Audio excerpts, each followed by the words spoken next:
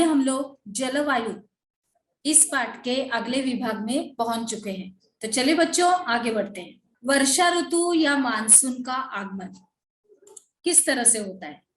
तो ग्रीष्म ऋतु के अंत में कर्नाटक एवं केरल में प्रायः पूर्व मानसूनी वर्षा होती है। अभी इसके कारण आम जल्दी पक जाते हैं। कौन? आम, यानी हमारे मैंगो, जो हम लोगों को सबको अच्छे लगते हैं। अभी इसके बाद इसे आम्र वर्षा भी कहा जाता है, क्योंकि ये समय वो है जब ये आम पक जाते हैं अच्छी तरह से, इसके लिए इसको आम्र वर्षा भी कहा जाता है। अभी जून के प्रारंभ में उत्तरी मैदानों में निम्न दाब की अवस्था तीव्र हो जाती है और यह दक्षिणी गोलार्ध की व्यापारिक पवनों को आकर्षित करता है। और ये दक्षिण पूर्व व्यापारिक पवनें दक्षिण समुद्र के उपोष्ण कटिबंधीय क्षेत्रों में उत्पन्न होती है।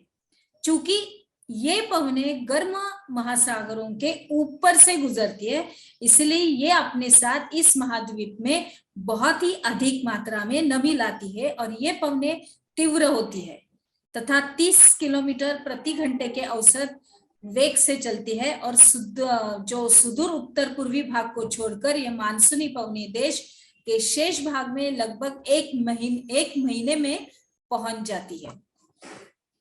आगे देखते हैं दक्षिण पश्चिम मानसून का भारत में अंतर्वाह यहाँ के मौसम को पूरी तरह परिवर्तित कर देता है।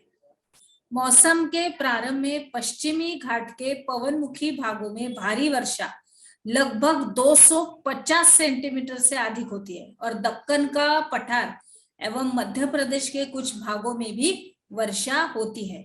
यद्यपि ये क्षेत्र वृष्टि छाया क्षेत्र में आते हैं और इस मौसम की अधिकतर वर्षा देश के उत्तर पूर्वी भागों में भी होती है। अभी खासी पहाड़ी के दक्षिणी श्रृंखलाओं में स्थित मसीनराम विश्व में सबसे अधिक औसत वर्षा प्राप्त करता है और गंगा की घाटी में पूर्व से पश्चिम की और वर्षा की मात्रा घटती जाती है। राजस्थान एवं गुजरात के कुछ भागों में बहुत ही कम वर्षा होती है। मानसून से संबंधित एक अन्य परिघटना है कि वर्षा में विराम। इस प्रकार इसमें आर्द्र एवं शुष्क दोनों तरह के अंतराल होते हैं। दूसरे शब्दों में मानसूनी वर्षा एक समय में कुछ दिनों तक ही होती है और इनमें वर्षा रहित अंतराल भी होते हैं। मानसून में आने वाले ये विराम मानसूनी गर्त की गति से संबंधित होते हैं। विभिन्न कारणों से गर्त एवं इसका अक्ष उत्तर या दक्षिण की ओर खिसकता रहता है और जिसके कारण वर्षा का ये जो स्थानिक वितरण सुनिश्चित होता है जब मानसून के गर्त का अक्ष मैदान के ऊपर होता है। आगे देखते हैं, तब इन भागों में वर्षा अच्छी होती है और दूसरी ओर जब अक्ष हिमालय के समीप चला जाता है तब मैदानों में लंबे समय तक शुष्क अवस्था रहती है।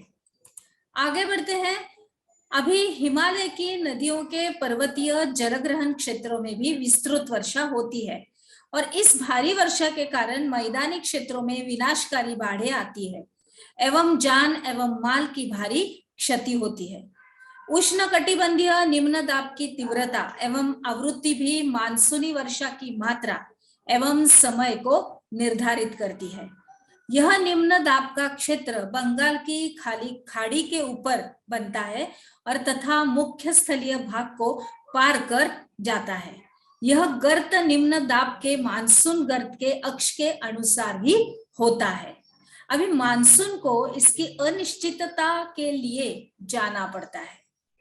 शुष्क एवं आर्द्र स्थितियों की तीव्रता, आवृत्ति एवं समय काल में भिन्नता होती है और इसके कारण यदि एक भाग में बाढ़ आती है तो दूसरे भाग में सूखा पड़ जाता है इस तरह से, और इसका आगमन एवं वापसी प्रायः अव्यवस्थित होता है और इसीलिए यह कभी कभी देश के किसानों की कृषि कार्यों को अव्यवस्थित भी कर देता है। मानसून की वापसी, अभी जैसे हमने मानसून का आगमन देखा तो हम लोग अभी देखेंगे मानसून की वापसी विस्तृत में। अक्टूबर और नवंबर के दौरान दक्षिण की तरफ सूर्य के आभासी गति के कारण मानसून गर्त या निम्न दाब वाला गर्त उत्तरी मैदानों के ऊपर शिथिल हो जाता है और धीरे धीरे उच्च दाब प्रणाली इसका स्थान ले जाती है और दक्षिण पश्चिम जो मानसून शिथिल हो जाते हैं तथा धीरे धीरे पीछे की ओर हटने लगते हैं। अक्टूबर के प्रारंभ में मानसून पवनें उत्तर के मैदान से हट जाती है। अब अक्टूबर एवं नवंबर का महीना गर्म वर्षा ऋतु से शीत ऋतु में परिवर्तन का काल होता है। मानसून की वापसी होने से आसमान साफ एवं आसमान की वापसी होने में क्या होता है कि आसमान साफ हो जाता है एवं तापमान में वृद्धि हो जाती है। दिन का तापमान उच्च होता है जबकि रातें एकदम ठंडी एवं सुहावनी होती है और स्थल अभी भी आर्द्र ही होता है। उच्च तापमान एवं आर्द्रता वाली अवस्था के कारण दिन का मौसम असह्य हो जाता है और इसे सामान्यतः क्वार की उमस के नाम से जाना जाता है। अक्टूबर के उत्तरार्ध में विशेषकर उत्तरी भारत में तापमान तेजी से गिरने लगता है। अभी आगे देखते हैं कि नवंबर के प्रारंभ में उत्तरी पश्चिम भारत के ऊपर निम्न दाब वाली अवस्था बंगाल की खाड़ी पर स्थानांतरित हो जाती है और यह स्थानांतरण चक्रवाती निम्न दाब से संबंधित होता है जो कि अंडमान सागर के ऊपर उत्पन्न होता है। यह चक्रवात सामान्यतः भारत के पूर्वी तट को पार कर देते हैं जिसके कारण व्यापक एवं भारी वर्षा होती है और ये उष्ण कटिबंधीय चक्रवात प्रायः विनाशकारी होते हैं।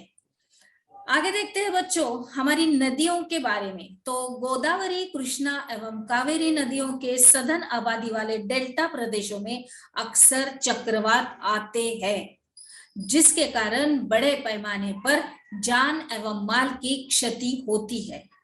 कभी कभी यह चक्रवात उड़ीसा, पश्चिम बंगाल एवं बांग्लादेश के तटीय क्षेत्रों में भी पहुंच जाते हैं और कोरोमंडल तट पर अधिकतर वर्षा इन्हीं चक्रवातों तथा अवदाबों से होती है। आगे बढ़ते हैं, हमने क्या सीखा। इसके अंतर्गत आम्र वर्षा किसे कहते हैं? इस प्रश्न का उत्तर आपको अपनी नोटबुक में लिखना है। तो चलिए आगे बढ़ते हैं।